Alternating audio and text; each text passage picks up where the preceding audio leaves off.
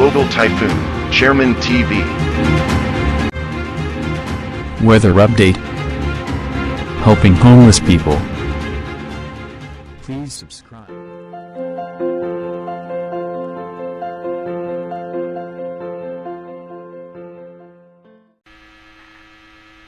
Magandang umaga po. Ito po ang latest update natin ngayong araw, November 29, 2023.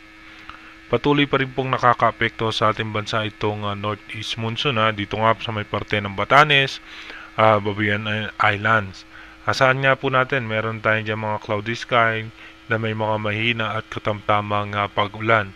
At patuloy naman pong umiiral sa malaking bahagi ng bansa itong easterlies na pwedeng magdulot po yan ng makulimlim na kaulapan na meron pong mga isolated rain shower and thunderstorm. Dito po yan sa may mainland na Cagayan, Isabela, Aurora, Bulacan, Rizal, Laguna, Quezon, Bicol Region, at Eastern Visayas, Caraga, and Davao Region. Maging dito nga po sa may Metro Manila, pwede po nating asahan yung mga partly cloudy sky and meron tayong mga isolated rain shower or thunderstorm. Dito po bunsod po yan ng easterlies o yung mainit na hangin na gagaling sa dagat Pasipiko.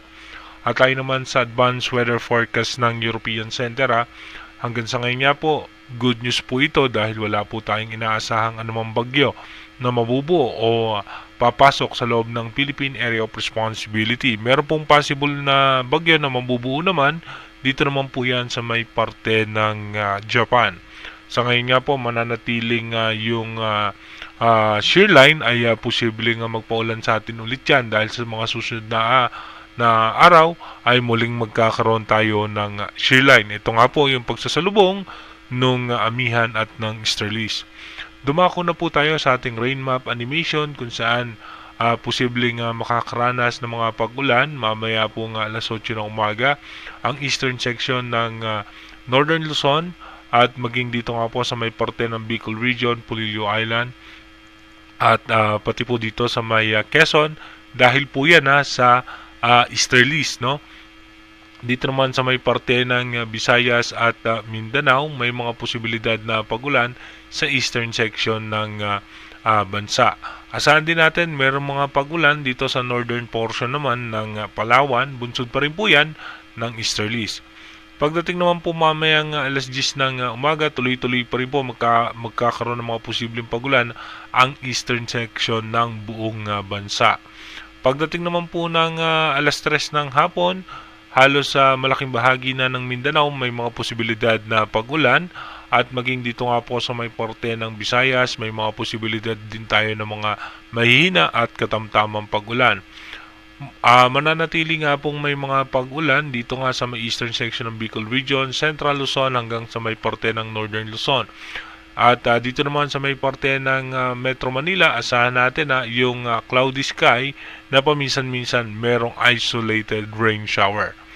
Pagdating naman po ng alas 6 ng gabi bukas, mamaya, asahan naman po natin na makulimlim na kaulapan pa rin ang mararanasan ng halos sa buong Luzon at ng Visayas, pero meron tayong mga isolated rain shower.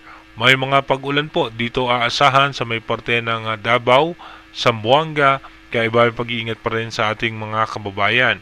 At pagdating naman po ng alas 10 ng gabi mamaya, ay mananatili na pong magiging maayos ang lagay ng panahon ng halos buong Luzon, maliban na lamang sa extreme northern Luzon na may mga posibilidad pa ng pag-ulan at makulimlim na kaulapan sa may parte ng Visayas na may isolated rain shower.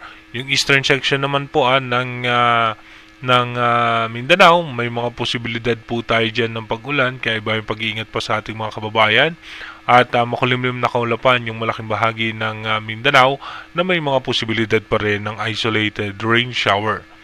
Pagdating naman po ng November 30 ng alas 5 ng umaga bukas, asahan natin may mga pag-ulan sa may parte ng Mindanao at ilang bahagi ng Visayas.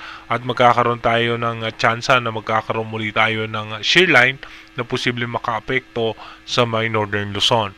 Dumako na nga po tayo sa ating advanced weather forecast. Dito nga po sa ating advanced weather forecast bukas nga po, no, November 30, asahan nga po natin na dahan-dahan muling bubugso yung northeast monsoon habang yung easterlies pa rin ay nakakaapekto sa ating bansa. By December 1, may mga pag-ulan pa rin po tayo na mararanasan. Dito nga po sa may parte ng Mindanao at Visayas, bunsod pa rin po yan ng easterlies at magkakaroon na nga po tayo ng shear line na magpapaulan po dito sa may northern Luzon. By December 2, asahan pa rin po natin, magkakaroon pa rin po tayo ng mga pag-ulan at yung shear line ay makaka-apekto po yan sa may northern Luzon. By December 3, dito nga po mapapansin natin, by December 3, mabababa naman ang tsansa ng malalakas na pag-ulan. May mga posibleng pag-ulan tayo, may hina lamang. Pagdating naman po ng December 4, dito po asahan pa rin natin yung easterlies ay makaka-apekto sa Visayas at Mindanao. By December 5, magkakaroon ng posibleng bagyo o sama ng panahon sa may parte ng Japan at dito nga po ay posibleng magsalubong yung easterlies at yung amihan. Pagdating naman po ng December 6, may mga posibilidad po tayong pagulan sa Mindanao at sa Visayas at yung shear line naman ay makaka-apekto pa rin sa may parte ng eastern section ng northern Luzon. By December 7, tuloy-tuloy nga po may mga tsansa pa rin po tayo ng pagulan, bunsod pa rin po yan ng shear line at ito nga pong makakapal na kaulapan na nanggagaling nga sa easterlies. Pagdating naman po ng December 8, may mga posibilidad pa rin ng pagulan.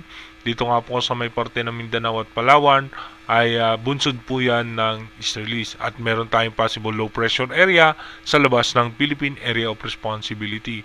Bagamat nagkakaroon nga po tayo ng mga pag-ulan sa ngayon pero ayon nga po sa historical range ng European Center at ng Joint Typhoon Warning Center, ito nga po ay mga below average o yung mabababa pa nga po itong mga pag-ulan na mararanasan natin ngayon dahil nga po yung mainit pa rin, no, yung Pacific Ocean at yung easterlies natin, kaya mapapansin nyo yung easterlies ay nagdudulot pa rin po yan ng mga pag-ulan dahil nga po yung moisture na nag-evaporate at ito nga po ay pagdating na dito sa ating bansa ay nagdudulot na nga po ng mga pag-ulan.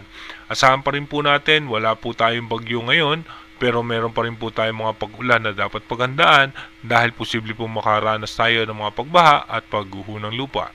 Again, inuulit po natin, yung ating advanced weather forecast is possible scenario pa lamang po yan. Malaki pa rin po ang posibilidad na magbago yan.